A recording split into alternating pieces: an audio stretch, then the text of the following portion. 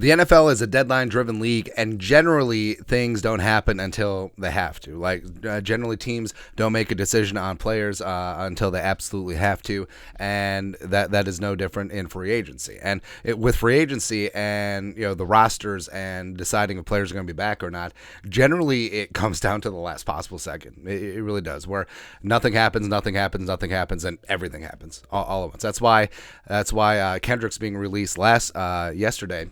Bit of an anomaly, a week plus ahead of open free agency, where I think part of it was the Vikings wanted to give him a day for a lot of fans can pay tribute, as well as giving him a head start on free agency, because he's free to sign with any team right now, getting a full week head start before legal tampering. So I think they really did Kendrick's a solid there. But things are going to happen, man, because legal tampering starts next Monday, the 13th.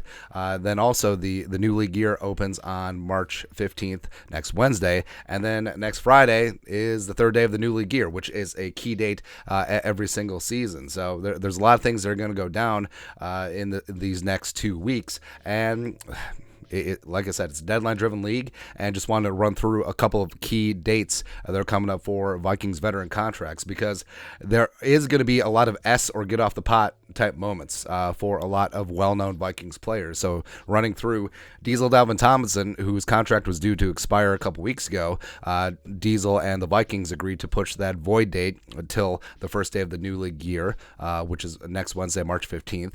So if they don't get a deal done, he's going to be $7.5 million dead on the cap. If not, they can spread out those cap hits over 3 seasons, 2.5, 2.5, 2.5. And I would love to have him back at a decent rate. But of course, the Vikings do need to. By the way, the Vikings are currently around $15 million over the cap after the release of Eric Kendricks that freed up $9.5, but they still have a little bit of work to do to be cap compliant, which they have to be by the start of the new league year, which is at 4 p.m. Eastern time, 3 p.m. Central time, which is the only time zone that matters, next Wednesday. So the Vikings have to make a couple things happen here. And then numbers that are really key to that, again, third day of the new league year, 17th. That's a very key date. So Adam Jerome, Ezekiel Thielens, his $11.8 million base salary becomes fully guaranteed on March 17th. O'Neal's obviously going to be here, but his $14 million base salary is fully guaranteed on the 17th. By the way, say Brian O'Neill wasn't playing up to his extension. He had zero guaranteed money left. All his base salary was only injury guaranteed, which obviously would have kicked in because he's hurt. But, I mean, if he had just been a jabroni and not been worth the contract, they could have moved on like that. That's how crazy some of these contracts are written. Also, big love to Rob Brzezinski. Of course, Capology Thug Life. Love it, man. Zadarius Smith, about half of his base salary becomes fully guaranteed on 3/17, $5.05 million of the 9.45.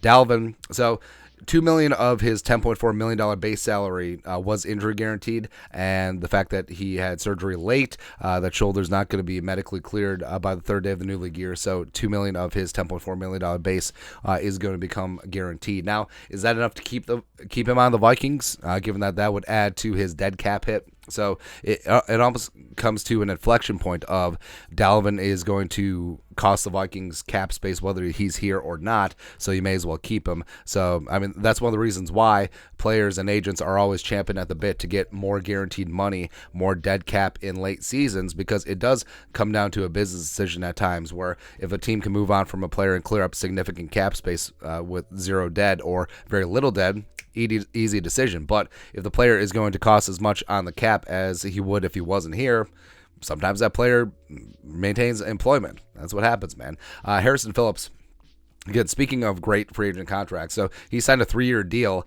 Really, every time you see like a 3 or 4 year deal, it's really basically a 1-year deal, sometimes 2, depending on the player. But Harrison Phillips, his $4.45 million base salary becomes guaranteed on the third day of the new league year, March 17th. Obviously worth it. Go make that happen. Jordan Hicks, again, they moved on from Kendricks. They can free up $5 million in cap space by moving on from Jordan Hicks. 1.5 of his $4.45 million base becomes guaranteed next Friday. Chris Reed, $500,000 of his $2.45 million base becomes guaranteed next Friday as well. And then Kirk Cousins. So this one's interesting, where Kirk his compensation for 2023 is fully guaranteed. He's got a $10 million base salary, $20 million in rooster bonuses. Now, $15 million of that roster bonus gets paid on 3/23, which is a week after the start of the new league year. And that's important because if the Vikings are inclined to trade Kirk, they have to do it before that 23rd. Because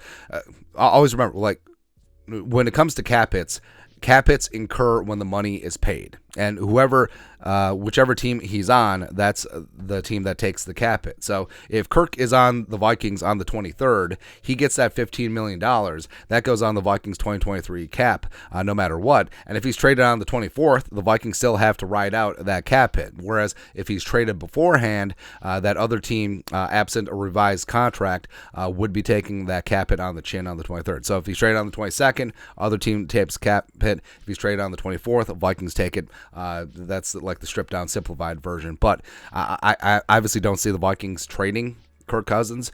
But if they did, it's an important date to keep in mind. And then, so what's interesting is that three stalwart veterans, Harrison Smith, Danielle Hunter, and C.J. Ham, their contracts are out of guaranteed money. They're also out of these trigger dates where a certain percentage or all of it becomes guaranteed if they're on the team on XYZ day of the new league year, usually the third day of the new league year. So Harrison Smith, I mean, he's headed into this offseason with a $14.7 million base salary, none of it guaranteed at any point. So the Vikings have a lot of leverage in this spot. And you see this with veteran players where they'll get into the offseason work and then training camp, and then right before the start of the season, the team approaches the player who doesn't have any guaranteed money left, where it's like, okay, pay cut or cut. And it's kind of ruthless, but the business is the business. And I think that Harrison Smith could be a pay cut or a revision candidate in this regard, where they lower his base salary, they lower his cap number in exchange for some guaranteed money. And Danielle's contract has been revised several times, and it gave him a balloon roster payment last offseason, and now the Vikings have an S or get off the pod decision where obviously Danielle Hunter is worth more than a $4.9 million base salary. That's all the new money that is in his contract, absent a small roster bonus. So the Vikings, if they want to keep him, they got to extend him. They got to work something else out because obviously his market is worth more than that, and like he does have a point. Like if Danielle and his agent want to hold out, I wouldn't be mad at all. So basically they have to extend or trade him. That's where it is. And then with C.J. Ham, he's got a $2.95 million base salary. Now, there's been some rumblings that the Vikings are interested in extending C.J., who's more of a special teams guy and a team captain now. I fully understand that. But obviously the Vikings have the leverage because C.J. doesn't have any guaranteed dates or any guaranteed money left in the deal. So obviously the Vikings could squeeze that $2.95 million number probably nearly all the way down. But that's it. That's key contract dates for the Vikings coming up very, very soon. So a lot of action is going to be going down. And also the Vikings have to be cap compliant by next Wednesday at 3 p.m. Central Time. Let us know your thoughts or our thoughts in the comment section below. Subscribe for daily Vikings takes. Want to support the work? Put a little something in the Venmo. But till next time, Skull Production Value.